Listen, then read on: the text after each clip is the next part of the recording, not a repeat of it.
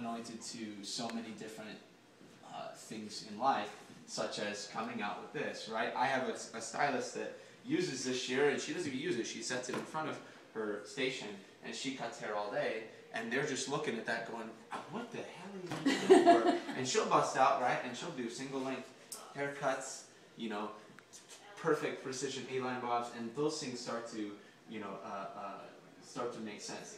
But she, at first, is kind of intimidated, right? I'm coming at you with the big shears, and you're like, whoa, okay. But that same feeling, that same trigger in your brain that fires off is that same feeling when you jump into your boyfriend's lap in the movies, because it's the scary part of the movie. We have a license to touch, so when I come and I'm talking to you and I'm talking about your hair and we're touching you, your shoulder, you know, your head, those things, we're building an interpersonal relationship with that client, making them feel comfortable. So when they feel comfortable with you, that it's not a fear, it's like it's that same trigger though, and we can control that trigger. We can control how we make them feel. We can control everything, mainly in the consultation, right? And because that first 10 to 20 to 30 minutes, I don't know how long you guys take with the consultation.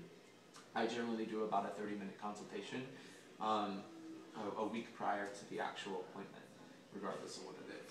Even if I'm not busy, like I'm still going to be like, oh, you're going to come back on this day at this time, because that also generates, what is that?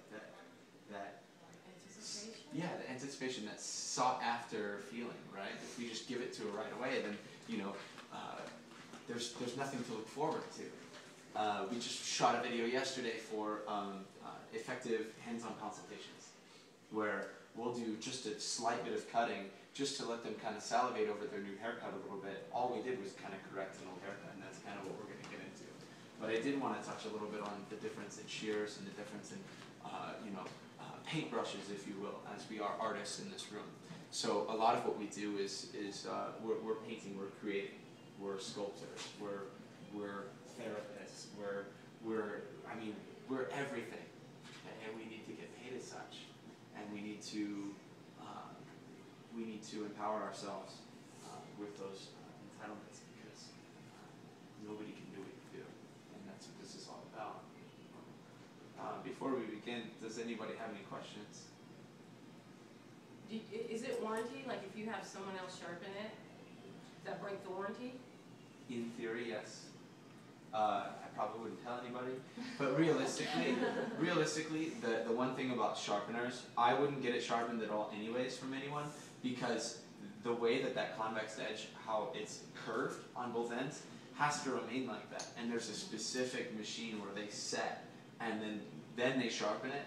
A lot of mobile sharpeners, or the bald guy that smells like whiskey in the overalls, okay, that's like, oh, I'm gonna sharpen your shears, right? He does lawnmowers too, yeah. And yeah, and he'll do it out in the truck. He'll be like, oh, I'll be right back with him, and it's $35. Well, okay, $35. That's probably his income, okay? This is not the company's income, but delivering you a quality sharpening, a quality product is the business, is what we do, and.